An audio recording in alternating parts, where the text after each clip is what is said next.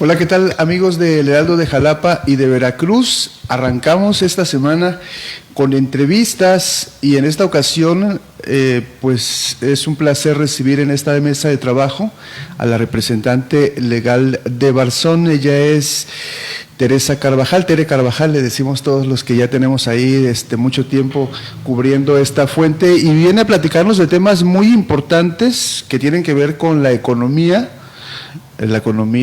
individual, familiar, podríamos decir.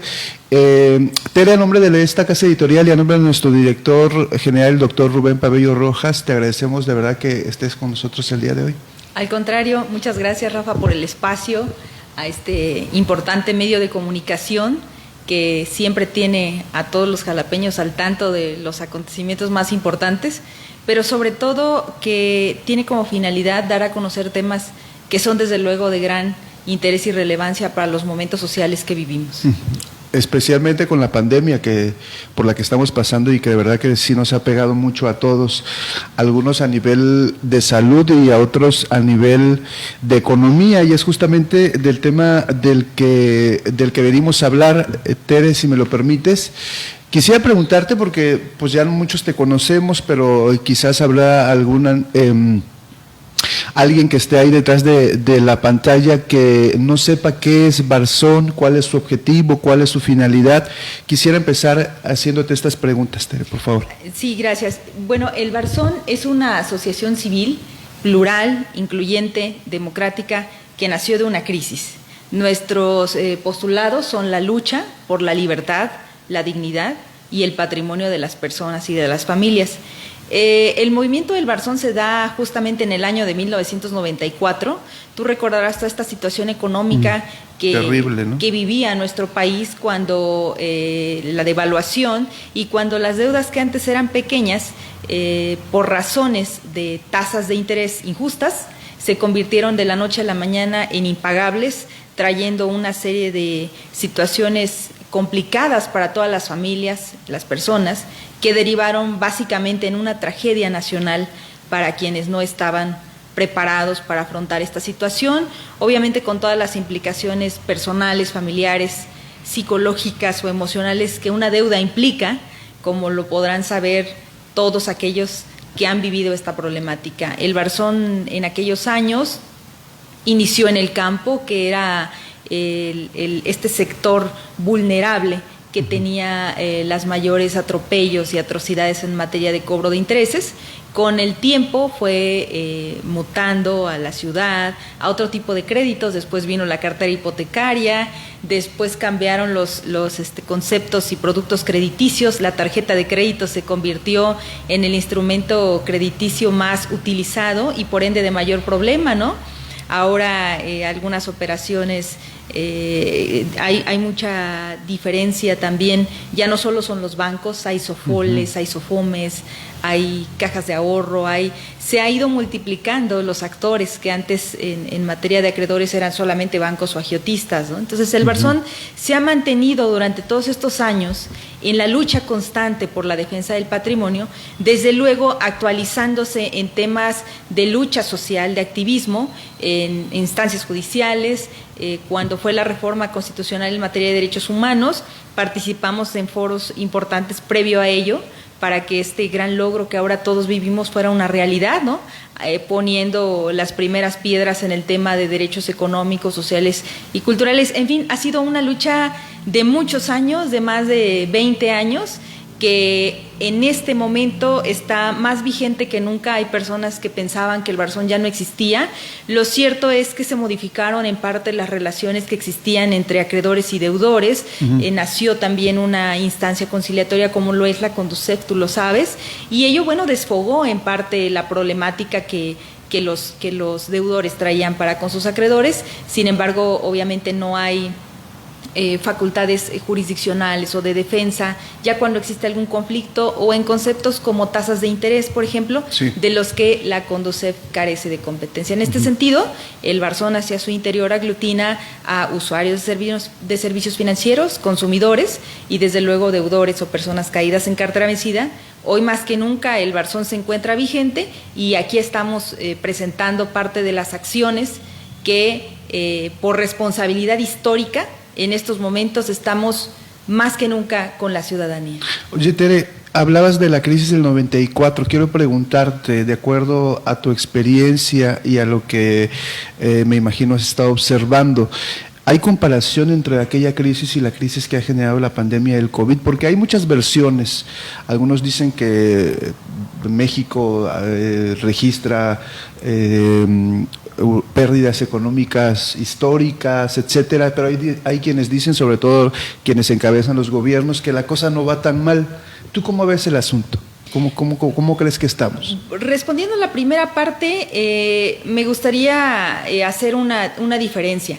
En aquellos años, en el 94, no debemos de olvidar que la crisis se dio por las tasas de interés que subieron de la noche a la mañana, y las personas carecían de la capacidad económica para seguir el paso de este aumento de capitalización de intereses, cobro de intereses sobre intereses, y ello generó obviamente un conflicto de carácter económico entre acreedores y deudores. La lucha se centró más que nada en buscar límites legales a la usura, en denunciar el anatocismo, y fue una lucha muy cerrada entre los dueños del dinero, que son los bancos, que también son parte del gobierno. En algunos casos habría que ver los consejos de estas entidades financieras como para darse cuenta de ello.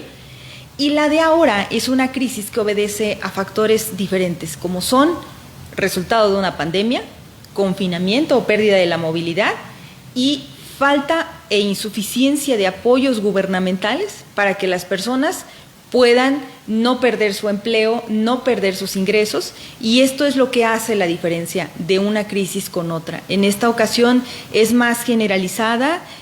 Nosotros, antes de lanzar la Jornada Estatal de Defensa del Patrimonio Familiar, los barzonistas, que te voy a comentar a continuación, hemos estado observando todo el ambiente económico-social que han traído los efectos de la pandemia desde que esta inició, anticipándonos un poco a lo que ya vamos a empezar a vivir en materia de insolvencia. Ello nos ha tenido pendientes de indicadores como la Asociación de Bancos de México, quien ha determinado ya por cifras que en estos momentos tanto el impago o la moratoria, la cartera vencida que existe en productos básicos como lo son créditos para pequeñas y medianas empresas, los famosos PYME, las tarjetas de crédito, el crédito al consumo, la cartera hipotecaria, ha alcanzado las cifras más altas desde que se tengan registros en la historia. Entonces, ello nos habla de que esta crisis es mucho más compleja que la del 94. Entonces, las acciones y lo que tenemos que hacer como ciudadanos, porque creo que quienes nos están escuchando lo van a sentir, más allá del discurso gubernamental, más allá de que se quiera disfrazar la situación, más allá de que se quiera hacer sentir un ambiente de que no pasa nada, lo cierto es que las personas no tienen para pagar. Y cuando alguien no tiene para pagar sus deudas, empieza una crisis de magnitudes terribles, generando violencia familiar, generando desintegración familiar, y a la vez que hay un ataque frontal por parte de los acreedores, no solamente bancos, instituciones, fondos de vivienda, que también necesitan recuperar ya sus saldos. Entonces, sí, claro, te voy a platicar también de eso más adelante, pero lo cierto es que esa sería la diferencia medular con esta crisis. Nos estamos enfrentando a cifras en materia de cartera vencida nunca antes vistas, y creo que si nosotros logramos ver con claridad esta situación, vamos a estar listos para lo que siga. Si nosotros no tomamos conciencia de esta situación, no nos hacemos sensibles a que no son ni 10 ni 100 ni solamente 1,000 personas las que están en cartera vencida, creo que entonces podemos generar un pacto nacional para que se atienda con verdad y con justicia esta problemática que estamos ya empezando a vivir. Okay. Tere, detállanos un poquito acerca de esta jornada estatal en defensa del patrimonio. Así es. Cuéntanos un poquito, porque nace de esta problema que estamos viviendo, ¿no? Cuéntanos, por favor. Sí, en el mes de marzo, tú recordarás que la Asociación de Bancos de México, también con arreglos que tuvieron con la Comisión Nacional Bancaria y de Valores, estableciendo medidas fiscales especiales para que ellos pudieran brindar apoyos, yo lo pondría entre comillas, con la ciudadanía, lo que no se hizo con los empresarios, lo que no se hizo con los comerciantes, pero sí se hizo con los bancos.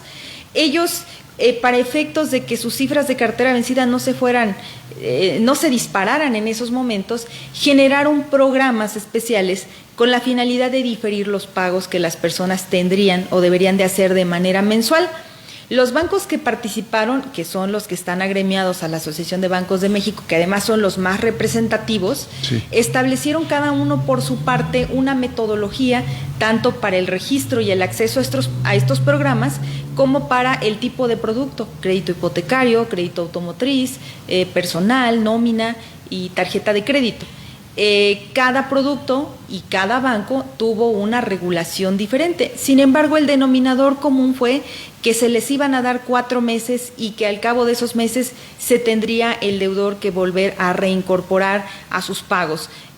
Los esquemas no fueron claros desde un principio, fue una alerta y un llamado que emitió el Barzón a que estuviéramos pendientes los usuarios en los estados de cuenta para ver cómo se estaba generando o aplicando esos pagos. Logramos detectar que había personas a quienes el banco aparentemente les prestaba lo de la mensualidad para después volvérselos a cobrar al vencimiento del plazo.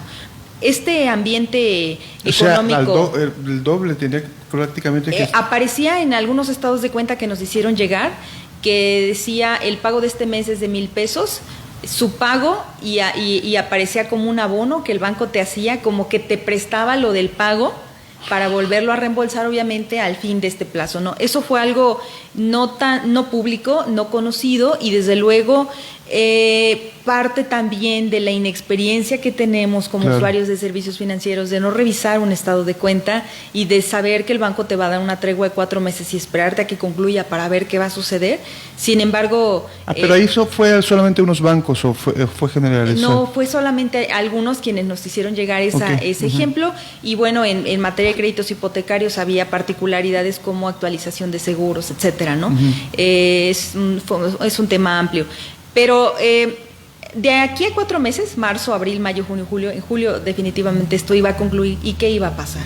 Nada nos garantizaba, porque tú recordarás todas estas, pues, información o desinformación, el manejo político que se ha hecho de esta pandemia, en el sentido de que nunca ha habido como tal una fecha en la que se va a reaperturar, ¿no?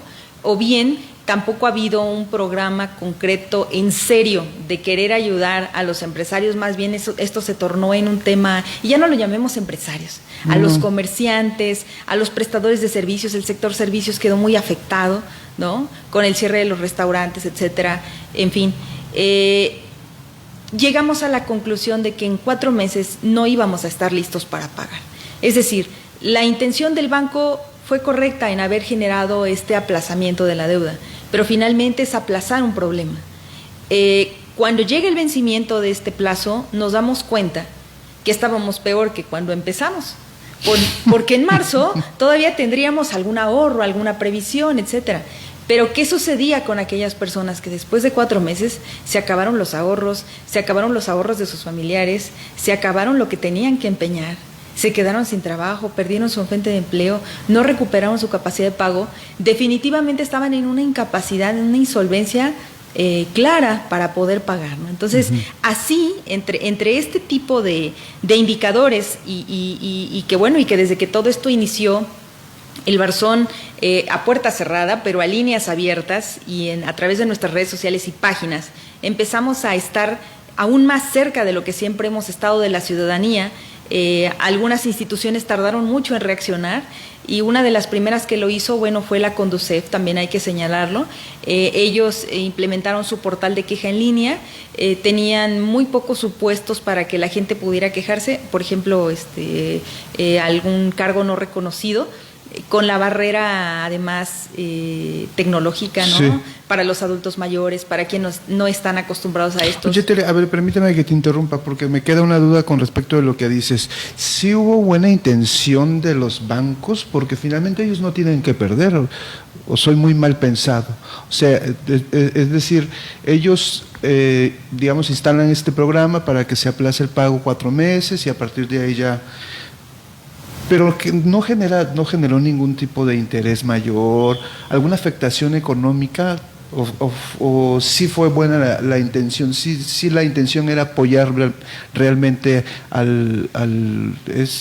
pues sí, al usuario del banco, ¿no? De la banca. La intención era que los índices de cartera vencida no fueran alarmantes desde aquel entonces, ¿no? Uh-huh. Para quien no tenía una situación de solvencia económica y que pudiera pagar, fue bueno, ¿no? Finalmente toda ayuda es buena en estos momentos, pero lo cierto es que de una crisis no se sale con buenas intenciones, ¿no? Sí. Lo refiero de este modo porque finalmente sí fueron flexibles en hacer la espera, ¿no? Viene un programa de reestructuras del que también voy a abordar brevemente porque todavía no están los lineamientos claros. Sin embargo, lo cierto es que no se generaban intereses en algunos productos, por eso sí quiero aclararlo. Hubo algunos bancos, todos operaron de manera diferente sus productos. Hipotecario, automotriz, tarjeta de crédito. En algunos casos, el denominador común fue que no se iban a generar intereses moratorios, sí ordinarios. No se iba a hacer reporte a buró, por esta tregua. No se iban a generar acciones de cobranza. Por ejemplo, ello implicó bajar la presión también a los ciudadanos, ¿no? Sí. Entonces, considero que en su oportunidad fue una buena medida. Uh-huh. Sin embargo, ahora viene un programa de reestructuras porque los bancos ya dijeron que no van a poder sostener el plazo de seguir ampliándolo para que la gente no pague. Nosotros hemos estado comenzando a recibir llamadas de personas que dicen, se venció mi plazo de los 4 meses y ya me retiraron el total de mi pago mensual, de mi nómina, ¿no? Entonces, pero eso nunca me lo dijeron.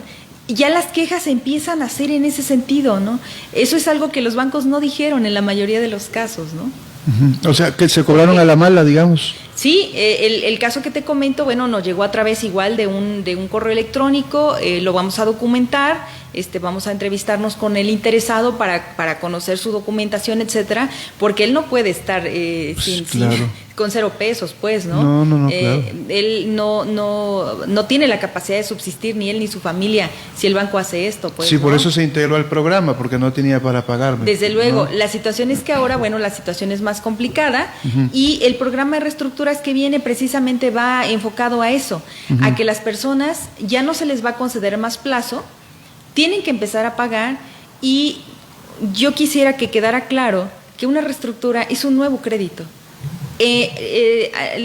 Una reestructura es un nuevo préstamo para pagar, un nuevo plazo, en algunos casos una nueva tasa de interés y una modificación integral a los términos originarios de un contrato. Entonces, no lo veamos estrictamente como una ayuda y mejor investiguemos, porque no podemos cometer errores con nuestro patrimonio. Creo que tenemos que partir del hecho de ser claros en si podemos pagar o no. El primer error que un deudor de buena fe comete es tener miedo, estar desinformado, sucumbir a la cobranza abusiva y siempre dar una fecha para pagar porque tienen la intención de pagar posibilidad de pago. Así nace la jornada estatal. Ya te hice un cuento muy largo. No.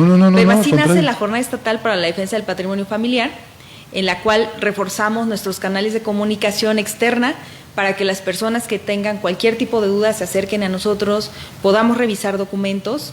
Lo estamos haciendo a través de vía telefónica, correos electrónicos, videollamadas, acercándonos a las personas de la manera en la que ellos puedan hacerlo, venciendo los obstáculos de la edad adulta mayor, la brecha tecnológica también, que ha sido un gran reto e inesperado, ¿no? Uh-huh. Para todos, y sobre todo para sectores vulnerables o alejados, ¿no? Entonces, lo primero es reforzar nuestra comunicación con las personas, conocer sus casos, lograr identificar acreedores, tipo de contratos y problemáticas, para después poder integrar mesas de diálogo y de negociación con estos acreedores que se tienen y poder ir llegando a acuerdos que, ojo, no favorezcan de manera unilateral a las instituciones de crédito. Sí queremos pagar lo justo, y para poder pagar lo justo necesitamos conocer nuestra capacidad real de pago. Mientras nos sigamos sujetando a un convenio, a un contrato de adhesión, algo impuesto, que no se vea caso por caso, estas reestructuras no van a funcionar. ¿Por qué? Porque va a suceder lo mismo que sucedió ahora con el aplazamiento, porque puede suceder algo peor, como en el 94 con las UDIs. Las UDIs fueron un crimen. Les fue mejor a quienes no reestructuraron en UDIs que a quienes lo hicieron. Quienes en el 95, 96 entraron a estos programas, que además le llamaban así, de apoyo a deudores, suscriben un contrato del que ya llevaban pagado 10 años para pagar otros 30 años más. Hay personas que todavía deben y hay personas que dejaron de pagar, no entraron a la reestructura y lograron un buen acuerdo. Oye, Tere, ahora nos cuentas acerca de todas esas previsiones que se debieron tomar y que incluso las mencionaste en el inicio de la pandemia, cuando se dieron a conocer esas estrategias que estaban implementando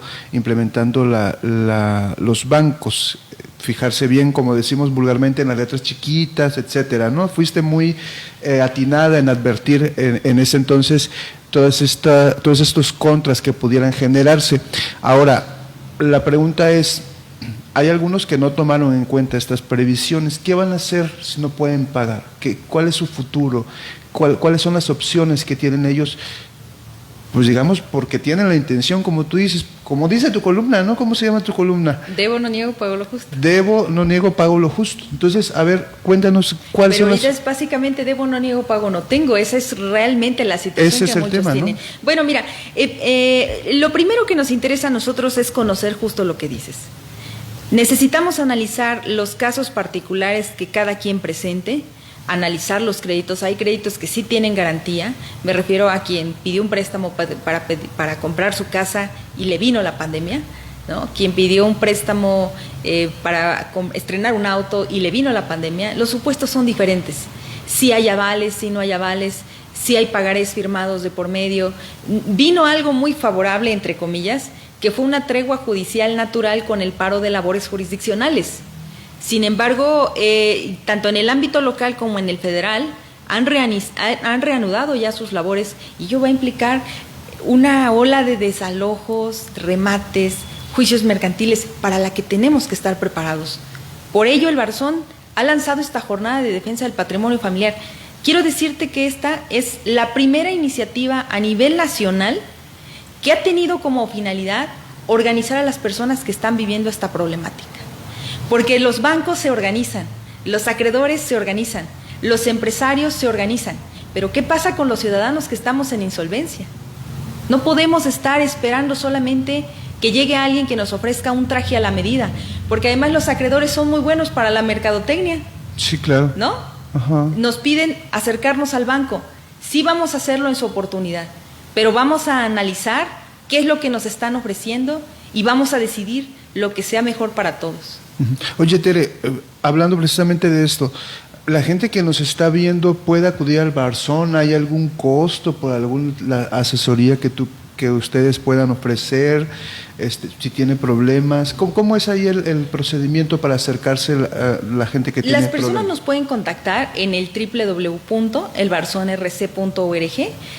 Tenemos 2 líneas telefónicas, una de ellas es el 2281-668005 y otra es el 2281-148502. En estos apartados, bueno, la página los va a remitir a correos electrónicos, redes sociales, etcétera. Igual cuando llamen a las líneas telefónicas se les va a dar la metodología de los documentos que deben de reunir, porque estarás de acuerdo en que es muy irresponsable que alguien hable y querer darle una orientación a partir de nada. Claro. Necesitamos revisar contratos, poner a andar toda la experiencia que tenemos, que hemos logrado en el Barzón durante estos años, que hemos estado en pie de lucha, para que finalmente ellos tengan una solución justa y acorde a sus posibilidades de pago. Quiero también hacer hincapié en algo. El Barzón no es un partido político. El Barzón no obedece a intereses gubernamentales. El Barzón es una organización, es una asociación civil, es una institución autónoma que para su funcionamiento requiere del apoyo de todos. Claro. Sin embargo, el apoyo que se da es muy, muy proporcional si no, yo creo que ya fueras alcaldesa. A la capacidad de pago de las personas. Y bueno, realmente sí, en algunas ocasiones cuando el caso lo amerita o se tiene que brindar alguna asesoría más especializada, se genera un costo, pero son 100, 200 pesos y algo que desde luego está al alcance de las personas y que puede evitar además muchos problemas. Pero sí quisiera hacer hincapié en esto. El Barzón lo construimos todos y todos tenemos el interés de que esto siga, porque claro, no hay una institución ciudadana como la opción que nosotros representamos desde el Barzón para que las personas puedan tener acceso a una defensa justa. Claro, y además el tema, como dices, es muy personalizado, ¿no? Por eso es que se hace todo este seguimiento de documentación, etcétera. Se me olvidó recordarles al principio que Estamos en la entrevista guardando la sana distancia, está la pantalla de acrílico. Tere y yo tenemos aquí una distancia muy prudente para evitar cualquier tipo de contagio, entonces, porque nos están comentando ahí del cubrebocas, etcétera. Entonces, pues ahí nada más aclarando el tema.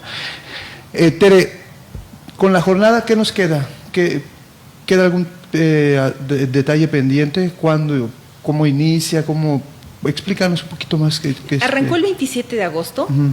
En esa fecha hicimos una invitación a los medios de comunicación que nos acompañaron de manera virtual para poder darles a conocer y además pedirles el apoyo, como hoy se lo pedimos al Heraldo y a todos los que nos están pues sintonizando en este momento, para poder difundir las acciones de esta jornada, que básicamente son establecer un gran diálogo con todos, para conocer cuáles son sus situaciones particulares y poder ayudarlos en función de lo que ellos puedan pagar, porque debo, no niego, pago lo justo. Finalmente eso es el lema de nuestra organización. Yo pago no tengo, la verdad. Exacto, ¿no? Bueno, habrá que ver en su momento las situaciones particulares que cada uno tenga, ¿no? Para ello, pues nos hemos ido apoyando con medios de comunicación, con personas que tampoco tienen deudas, porque hubo personas que no tuvieron afectación en sus ingresos, y bueno, en ese sentido, ellos nos apoyan compartiendo esta información con quienes sí perdieron sus ingresos, ¿no? Uh-huh. Básicamente la primera etapa es la sensibilización, es que las personas estén conscientes de cuál es su capacidad de pago y que la puedan observar para sobre eso tomar decisiones. La segunda, integrar las mesas de trabajo, y la tercera, que ya serán las estrategias concretas en tribunales, en foros de diálogo, de discusión, en propuestas, para que este problema pueda atenderse de la mejor manera posible. Ok, a ver, Tere, ¿cómo estamos en tutela de derechos de usuarios en servicios financieros con esta digitalización de los servicios bancarios? Tuve que leer la pregunta porque la verdad sí está, haz de cuenta que me estoy diciendo un trabalenguas. A ver, explícanos, por favor. Sí, bueno, lo cierto es que antes de la pandemia, la forma en la que se desarrollaba nuestra vida era diferente, y yo creo que en eso estamos de acuerdo todos. La atención personal, el revisar todavía papeles, ver las cuestiones en documentos, atender a las personas, y era algo de manera directa, y era algo que hacíamos todos, y que hacía la Conducef, por ejemplo, que es la instancia más solicitada en tema de usuarios de servicios financieros. Sin embargo, con la pandemia cambia todo. Digo que algunas instituciones tardaron mucho tiempo en reaccionar. Fue el caso de la Profeco, que además todavía no ha reaccionado del todo, ¿no? Tienen ahí problemas muy graves con sus líneas telefónicas, con la atención, con el seguimiento de los casos. Cerraron también oficinas en algunos lugares, sí, ¿no? Como aquí. Sí, y entonces todo esto quedó en el tema de portales, pero si vemos las estadísticas, nos han reportado que, la Conducef nos ha reportado que el sector más vulnerable y quien ha interpuesto el mayor número de quejas, por lo menos en el periodo pasado, son adultos mayores. Ellos son las personas que han resentido un mayor perjuicio en sus derechos como usuarios de servicios financieros. ¿A través de qué? De que alguien clonó la tarjeta, de que alguien hizo una compra en alguna Mercado Libre, por ejemplo, alguna compra de este medio, que fueron al cajero y no les entregó el dinero, que fueron víctimas de algún delito en el propio cajero y alguien robó su identidad y obtuvo un crédito para sí, etcétera. Y lo que ha sucedido es que al cierre de estas oficinas presenciales, pues este sector vulnerable de los adultos mayores quedó en indefensión, porque entonces ya no tenía ante quién presentarse. Y si de por sí es complejo explicar cuando sucede un tema de esta naturaleza, imagínate tener que entrar a un portal, ingresar a través de pues códigos ya electrónicos, etcétera. Incluso el solo acceso a un medio digital es complejo. Claro, para, ¿no?, un adulto mayor. Entonces, sí, sí. En respuesta a esto, se reporta un decremento en el índice de quejas, pero ello no significa que no sucedieron cosas irregulares durante la pandemia, ¿no? Sino al contrario, que las que sucedieron no se pudieron reportar. Entonces, ya tiene algunos días que la Conducef abrió su sistema de citas presenciales. Ellos ya están operando, dando prioridad a adultos mayores. Ello ha beneficiado obviamente a la población, pero hay algunas otras instancias que todavía no están funcionando de este modo. Tú sabrás además todo esto que hubo en el tema de los tribunales también, que hubo un paro pues sí, total de la justicia, ¿no? La justicia fue no esencial durante la pandemia y bueno, el orden federal reaccionó un poco, ya traían más trabajo con la justicia en línea y lograron operarlo de este modo, pero el tema de la cobranza, al no poderse hacer ya a través de un tribunal jurisdiccional, pues entonces vino la cobranza extrajudicial o abusiva, ¿no? Entonces las personas no tenían a dónde quejarse y entonces el Barzón apoyó de ese modo, orientando a las personas, recibiendo los casos, etcétera, y llevando a cabo acciones, siendo a veces operarios de estos sistemas tecnológicos para que cuando alguien tuviera una queja pudiera acceder. Logramos también algunas aclaraciones en el buró de crédito de entidades comerciales, por eso decía que el Barzón está integrado por usuarios de servicios financieros, consumidores y deudores, no solamente por deudores, ¿no? En este marco de que se han multiplicado los acreedores, el tipo de acreedores, la personalidad jurídica, los contratos, etcétera. ¿Qué otras quejas han recibido, además de las que nos cuentas, Tere? Hablas de cobros abusivos, pues falta de atención de las instituciones que deben de apoyar, sobre todo a este grupo vulnerable que son los adultos mayores. ¿Qué otras quejas más ha recibido? Atendimos un caso contra Cajas de Ahorro de una persona que había ido a depositar sus ahorros a una conocida Caja Popular con domicilio aquí en esta ciudad, y con la pandemia, como era un vendedor ambulante, se queda sin dinero y dice, pues lo de menos es que eche mano de mis ahorros. Va a la Caja de Ahorros y le dicen que ya no tiene nada porque todo se lo gastó de un seguro que él no contrató. Entonces, él también era un adulto mayor, en una zona periferia de Jalapa, y bueno, se acerca con nosotros, hacemos la canalización, actualmente ya existe la queja, y estamos en el término para que la Caja de Ahorros conteste. Estamos pidiendo sanciones para todos aquellos que estén siendo depositarios de la confianza de los ahorradores y no quieran regresar el dinero. Eso me parece muy grave, ¿no? El tema del Barzón es amplio, es complejo, no nada más tiene que ver con deudores. En este caso, esta situación que te comento, pues también es muy grave, porque imagínate que un día tú quieres ir a retirar tus ahorros y te dicen que ya no están porque se acabó. Es un adulto mayor, además el riesgo que lo ponen a decirle esto, ¿no? Sin duda.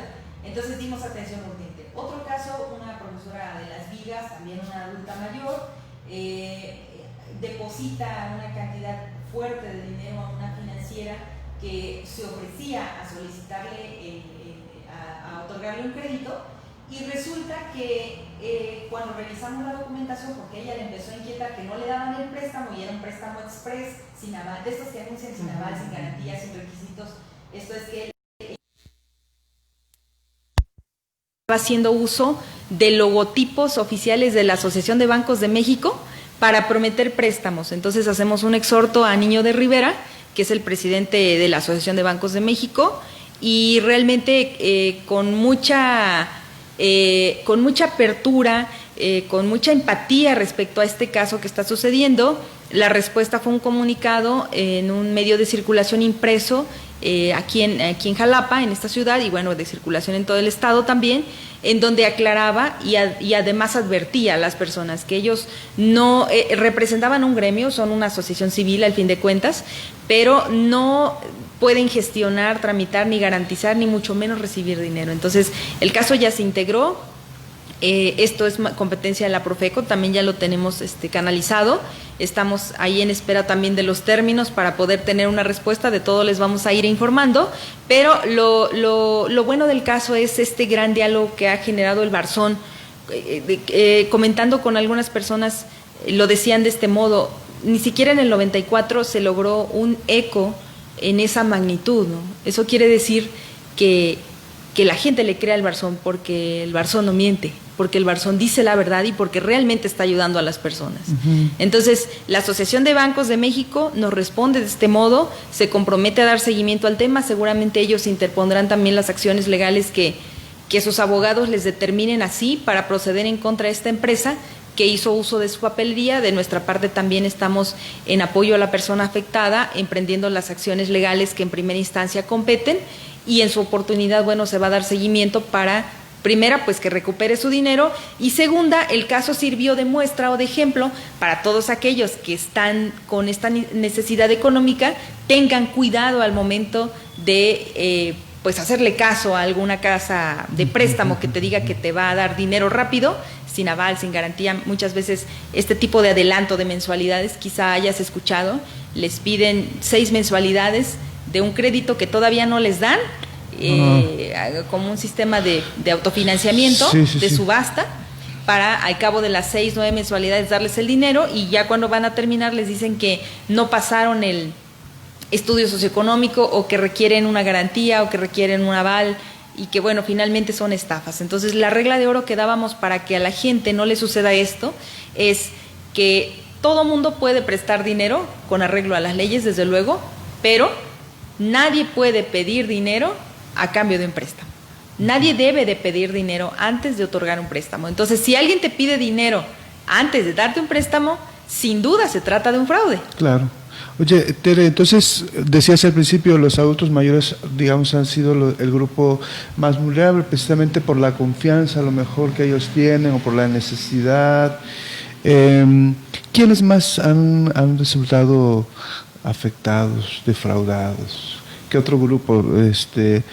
Mujeres solteras, por ejemplo, has tenido casos de madres solteras que con la pandemia han perdido trabajo y han recurrido a algún tipo de crédito, algo.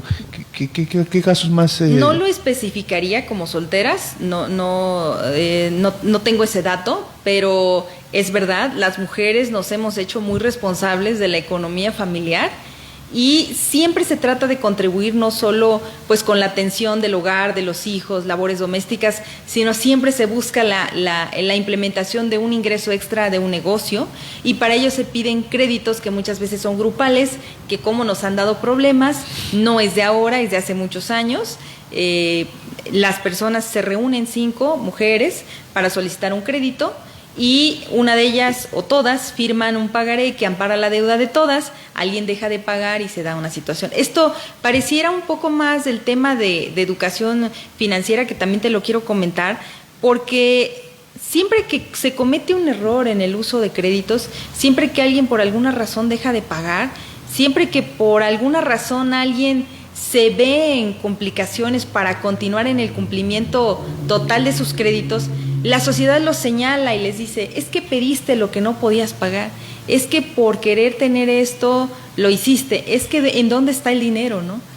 Y siempre se señala al deudor como diciendo: es que no tienes educación financiera, es que fuiste irresponsable al pedir dinero, pero estamos viendo el problema y no estamos viendo la causa. El Barzón, desde hace muchos años, tiene una campaña que se llama Todos Somos Deudores, que tiene como finalidad visibilizar las causas por las cuales alguien se convierte en deudor. Y en ese camino hemos descubierto que el tema y la política de la colocación de créditos, como publicidad engañosa, ventas atadas, el no darle toda la información al que se va a acreditar, o cuando alguien va y le empiezan a hacer su estudio socioeconómico y dice: es que yo gano 5,000 pesos, 10,000 pesos al mes, vamos a decir que ganas 20 para que te puedan prestar más. El tema de la colocación de crédito es un gran pendiente legislativo que tiene que ser exigido desde la ciudadanía, como en este momento lo estamos haciendo desde el Barzón, porque la culpa no es solamente de quien toma un crédito y después se ve en una implicación de no poder pagar, ¿me explico?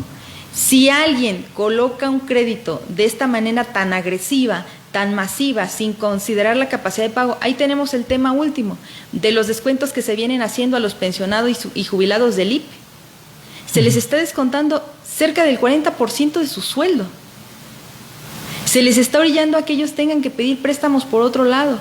No podemos decir: es que ellos firmaron, es que ellos quisieron, es que ellos lo aceptaron, porque eso sale peor. Porque entonces, ¿en dónde está la tutela de organismos que debieran de estar del lado del ciudadano? Ya no son esos tiempos. Ya los tiempos que vivimos son otros. El tema de la usura ya ha sido incluso por tratados internacionales declarado como una práctica de la esclavitud. El tema de los derechos humanos no debe quedarse ya en un acto de protocolo, no debe de quedarse ya en un presidium, no debe de ser una bandera política de nadie. El tema de los derechos humanos debe permear ya la conciencia de las personas y de las instituciones, ¿no? Entonces es un tema realmente bastante amplio y complejo que va a quedar al descubierto, o que está quedando ya al descubierto, con toda esta situación económica que vamos a vivir, porque creo que apenas estamos empezando. Oye, Tere, hablabas de la educación financiera. Es nula, ¿no? O sea, nadie sabe qué hacer con su dinero. Si tienes más, creo que gastas más. No tomas en cuenta si puedes o no pagar.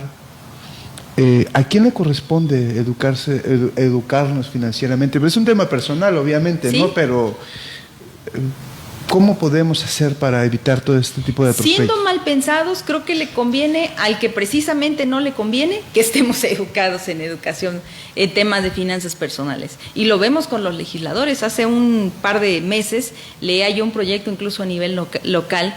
El diputado que hizo la iniciativa de que ya se incluyera la educación empieza con una cita que parece más bien una poesía, y no hay realmente el trasfondo, el sentido, el interés de conocer realmente cuál es el problema de la cartera vencida en Veracruz, ¿no? Sí, lo demás no vaya. Ajá. ¿Sí? Entonces, la educación financiera son 7 ejes: presupuesto, ahorro, inversión, crédito, y bueno, 7 ejes principales. Pero las personas, cuando se encuentran, como en el caso del adulto mayor del ahorro, él cumple con el hecho de tener un ahorro, llevarlo a guardar, y además lo lleva a una institución acreditada, como siempre se ha recomendado. No guardes debajo del colchón, no inviertas en tandas, mejor ve a una institución autorizada, regulada, supervisada, con un seguro de depósito. Y cuando llegas ahí te encuentras con que entonces te dieron a firmar un documento que tú no supiste, que tú no entendiste, y que por ese solo motivo entonces vas a perder lo que depositaste, vas a perder tus ahorros, porque tú autorizaste que te cobraran un seguro que no necesitabas. ¿Me explico? El tema de la necesidad de la educación financiera tiene un límite. Es necesaria y sí la requerimos todos, sin embargo no lo es todo. También hay que amarrarles las manos a las entidades financieras, hay que regular los abusos en materia de cobranza también abusiva, para que no sucedan más este tipo de cosas, que además pues parece una utopía, pero bueno, finalmente de eso se trata la lucha social. Oye, Tere, nos preguntan aquí que si son buenas o no estas tandas que están ofreciendo del bienestar. Mira, cuando salieron en el diario oficial de la Federación, yo tuve oportunidad de revisarlo, fue antes de la pandemia. A mí me parece un mecanismo que ahora puede ser muy pertinente dada la insolvencia de las personas. Sin embargo, no me gusta el trasfondo de la falta de fiscalización y el destino del crédito. En aquella ocasión que yo revisaba las cláusulas de colocación, las políticas, decía que bastaba con que alguien fuera y dijera que tenía un negocio sin acreditarlo. No había tampoco un impedimento para que dentro de una misma familia 5 dijeran que tenían un comercio y que a cada uno se le diera. Que además, si no lo pagabas no pasaba nada. Y que además, si lo pagabas después ibas a tener derecho a un crédito más alto, etcétera. Es cierto que sí necesitamos, como lo han dicho los expertos en cámaras empresariales, reactivar la economía, etcétera. Es cierto que el crédito siempre va a ser un factor de ayuda. Es mentira que nosotros necesitemos en este momento que alguien nos regale dinero. Yo creo que todos queremos trabajar y todos queremos ganar ese dinero y pagar las deudas que se tienen, ¿no? Entonces este es un tema pues complicado en este momento. Pues quien lo requiere y quien tiene acceso a él, no sé si ya se cerró la convocatoria o no, seguramente iba a haber varias, pero como que la falta de fiscalización también de esos destinos, ¿no?, de los créditos, torna el tema un poco sospechoso y complicado para los beneficiarios, pero además la desigualdad en los destinatarios, ¿no? Sí, claro. Estas tandas del bienestar ya son, digamos, no son originadas por la pandemia, no, tengo entendido. Tere, tú en general, ¿cómo observas el manejo del gobierno justamente en la materia en la que tú manejas? El tema de apoyos, el tema de, pues, apoyos, porque creo que no ha habido más, ¿no? Pues yo preguntaría cuál apoyo, ¿no? Más bien esa sería... Más bien esa sería la inquietud, ¿no? Una. Y dos, yo no veo una sola acción de nadie de quienes en estos momentos nos representan o nos gobiernan, volteando a ver a los deudores. Más bien veo una insensibilidad total y el abstraerse y el hacerse ajenos. Aquí es tu problema. Y si no puedes pagar, pide un crédito. Pedir un crédito o reestructurar una deuda es igual a trasladarnos a nosotros mismos la responsabilidad de algo que nosotros no provocamos. Entonces, creo que no hay conocimiento del tema, creo que no hay interés tampoco, creo que están rebasados en el tema, en todos los temas, sobre todo en la materia de la salud, que es lo que estamos viendo, una incapacidad total para el manejo de la pandemia que trajo una consecuencia económica de dimensiones todavía desconocidas. En ese sentido, el llamado y el exhorto del Barzón será que somos los ciudadanos quienes tenemos que organizarnos, porque no tenemos de otra, porque se va a empezar a poner en riesgo nuestro patrimonio, nuestra estabilidad económica y también personal, familiar. Tere, tenemos que nos quedó temas pendientes. Los vamos a dejar para... No, creo que sí. Tenemos todavía 5 minutos más. Cuéntanos, ¿qué temas más pendientes o qué quieres agregarle tú a la gente que nos está viendo? Hace 15 días, la Asociación de Bancos de México señaló que en breve vendrán el tema de las reestructuras. Tenemos que apretar el paso en la jornada que tenemos de defensa del patrimonio familiar para llegar cada vez a más personas antes de que firmen estas reestructuras. No podemos quizá evitar que la gente cometa errores. Lo que sí podemos hacer es darles información desde nuestra experiencia para que piensen y entiendan bien lo que se va a firmar. Cuando alguien contrata un crédito, llega a leer el contrato al momento en el que va a dar la firma, o incluso ni siquiera lo lee, solamente lo firma. Incluso ni siquiera se lo entregan porque le dicen que lo puede descargar de internet y que luego se lo van a hacer llegar a un correo y ese correo nunca llega hasta que hay un problema, ¿no? Sí, claro. Creo que si hemos cometido ya muchos errores que nos han inducido a ese tipo de errores por desconocimiento y por inexperiencia, creo que este sería el momento en el que tenemos que estar más atentos que nunca, más atentos a nuestra capacidad real de pago, a si podemos pagar, si no podemos pagar y cuánto podemos pagar, y no hacer compromisos bajo la presión de una cobranza abusiva. Porque es que ¿por qué nos encanta endeudarnos tanto, Tere?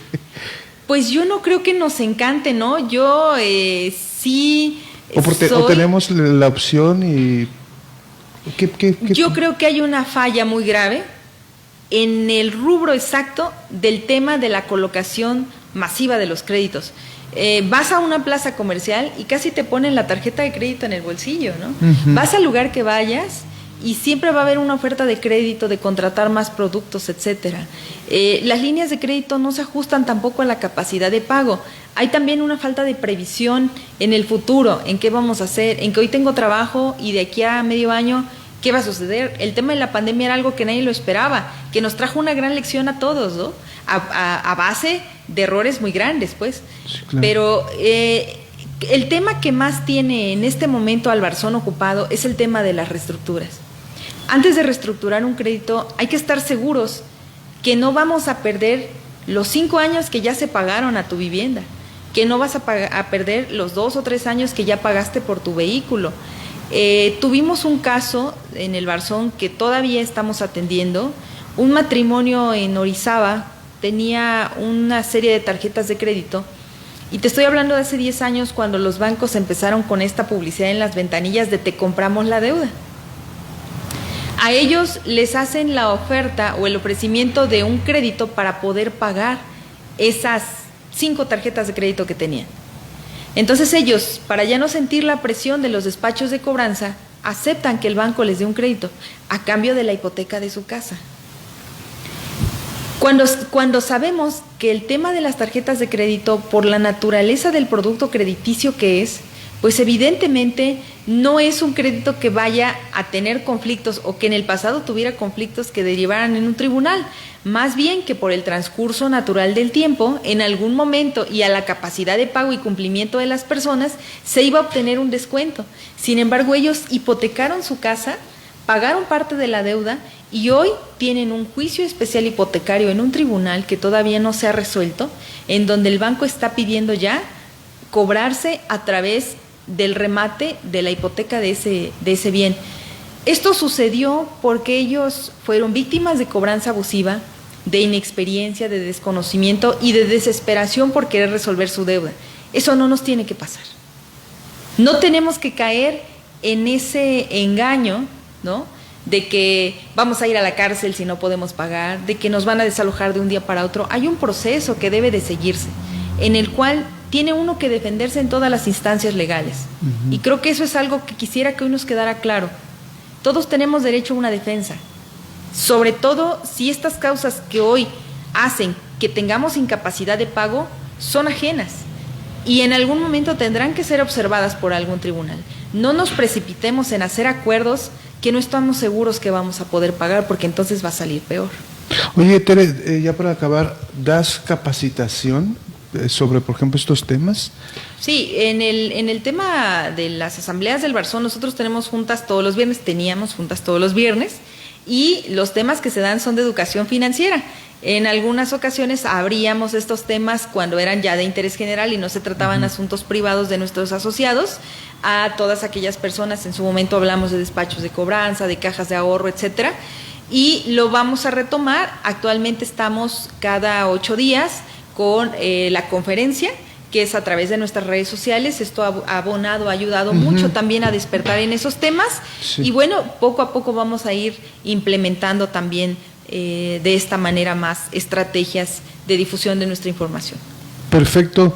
Tere Carvajal, te agradezco muchísimo. Yo creo que sí, te voy a comprometer a que vengas en una próxima ocasión, porque los temas son muy amplios y la gente sí está muy interesada porque está muy, muy endeudada. O sea, la gente no sabe qué hacer con su dinero y no sabe qué hacer si no puede pagar estos créditos. Entonces, yo creo que sí, de verdad te voy a tomar la palabra para que vengamos a platicar en una nueva ocasión. Mientras tanto, te agradezco muchísimo que nos hayas acompañado el día de hoy. Ojalá que esta jornada que emprendieron sea todo un éxito, ¿no?